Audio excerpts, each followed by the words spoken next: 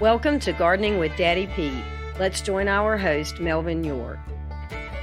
Well, hello, everyone. This is Melvin York, and you're listening to Gardening with Daddy Pete. It's a beautiful fall day here in Piedmont, North Carolina. It looks like it's Friday, and we're getting ready for some weather changes here in the next few days. They say that we may reach close to our record high temperatures, and then I think on Tuesday, we're going to take a nosedive, and for the next week, it's going to feel, really like fall. So I said that just to give you an idea how soon and how quick that the temperatures can drop on in any area, or would like for you to realize is that you have some tender plants, frost may be coming, freeze may be coming, so those need to be protected, and this weekend would be a great time to go ahead and get that wrapped up and done. Leaves are falling. I know that's going to be an ongoing job for the next month or so with Thanksgiving coming on, so those are some of the things you're going to be thinking about. If you have any questions here, you can go to our website, which is www.daddypetes.com.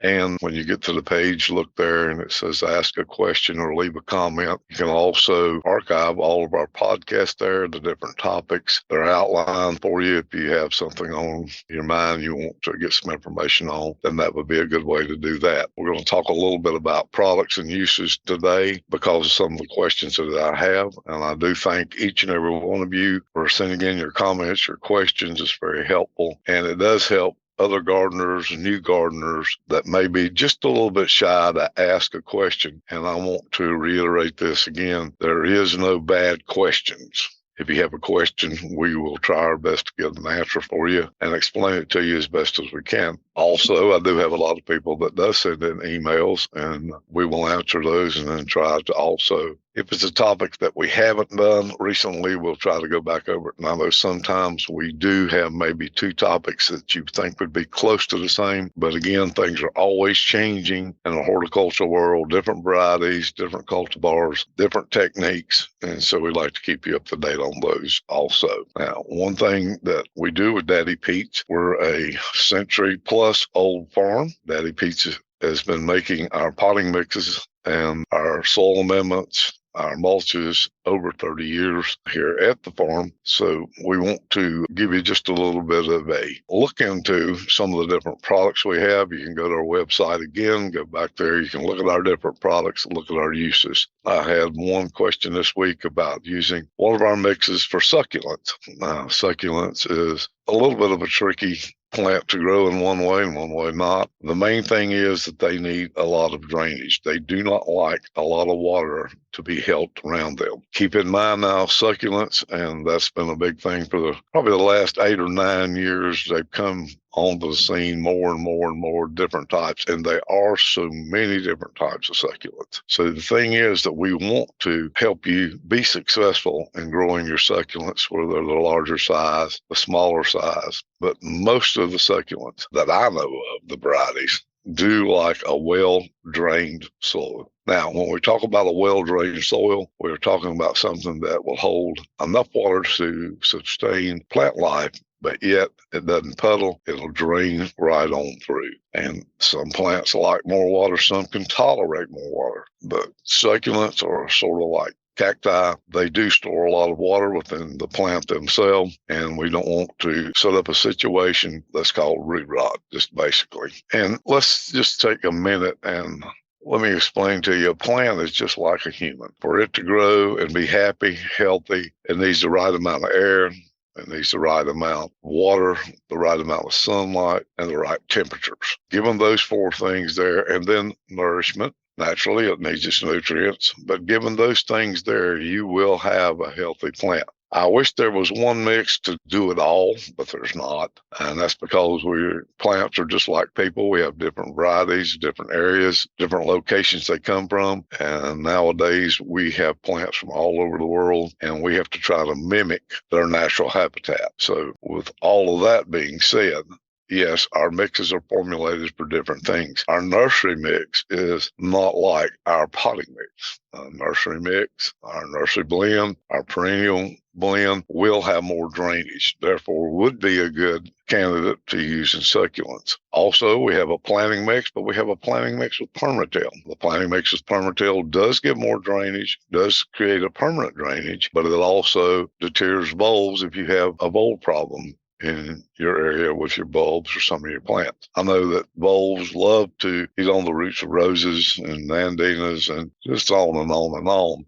So these mixes are formulated for that. Now, if you will go to our website, or if you don't find it there or don't quite understand something, that's where it comes in. You can ask that question, let us know, and we will answer what mix that you're needing for what plants you're planting or what gardening chore that you're doing. Now, we have a lot of amendments. You'll hear the word of amendments. We amend your soil. We have red clay here in the Piedmont of North Carolina, and a lot of people don't like red clay. It does hold too much water. It compacts too much. It's hard to grow in at times. But if you amend that with an organic matter, you make a great soil, because we do need some of the nutrient holding capabilities of clay. But then when you do open it up with the organic matter and with the drainage, you have one of the best soils that you could possibly have. So again, it's about what does the plant need, how much nutrients, how much air, how much water. And these are the things that really help you when you're growing, even in your gardening. There's different types of vegetables. A green bean stalk, for instance, is going to take a little bit, I'd say a looser soil will work well for those. But then when you plant okra grows sort of like a tree. It's grows very tall. The stem gets hard, gets very fibrous. If you've ever grown okra and let it dry, you'll know that stalk is just about impossible to break. It shreds because it's so fibrous. So different areas of your garden will grow things different. I know I've had people say, well, I planted tomatoes here last year and they did great. And this is when they're planting out in the garden. But then I planted them over here this year and they didn't. Again, I promise you there's different soil types there, and or the way it's been amended, the way the sun hits. Again, we go back to the things that a plant needs: the right amount of sun, the right amount of water, the right amount of air, the right amount of nutrients, and temperature. Some plants like full sun. We were talking about succulents. So succulents don't like to be in full sun all day long. Some of the leaves are very tender. They can get sunburnt. So depending on the type, some are more hardy and can stand more sun. So you need to read the tag or read up on the variety of succulent or plant that you have and see how much sun it does require. Well, that's just a little bit today to help you kind of go through why that we do different soil types, and we do it basically for the plants. We like to try to give the plant what it likes to grow in. Not only does it grow in when we're designing a soil, we also need that it helps support the plant during its growth and its fruiting season, just like we do if we're doing nursery plants, if we're doing perennials, we're doing annuals, we're doing vegetables, we're doing herbs. Everything, one will kind of work with the other one sometimes, but most of the time for optimum growth and for optimum health and to make sure that we do get the optimum fruit that we want off of that plant, or foliage, whatever it may be, that we do use the right mixtures. Well, I certainly do appreciate all you guys tuning in, and I really appreciate that you send in your questions, and it gives us ideas to go on and make our other podcast. As I said at the first of the broadcast, if you have a moment, please go to our website, which is daddypete's.com, and look around there just a little bit. You'll find that we do have our podcast there. They're archived. They have all the different topics. You can use those. Just click on them if you see something that you do. If you don't, use the button there that says to ask a question or leave a comment. Either way, we'd love to hear from you. You can also sign up for a monthly newsletter, and it's a gardening tip newsletter. We tell you what's going on for that month, kind of give you some reminders of which way you want to be going. Also, the ladies leave some great recipes on there. We get so many comments on our recipes that we put on there and share with you to try out some of the vegetables, some of the fruits, some of the things that you've grown, and to try them maybe in a different way. But do that. take a time to look at our different soils and mixes for your gardening needs. And it kind of gives an example of what each product is used for. And again, if you don't find the product for your certain job, go ahead and leave me that question. Okay. Well, I do hope this weekend, I hope you get out and get in that garden. Take care of the plants that's going to need to be brought in or sheltered. Also, look around, see what needs to be done, make a list, and just enjoy being outside. So until next time, you've been listening to Gardening with Daddy Pete, and I'm Melvin York. Thank you for joining today's Gardening with Daddy Pete.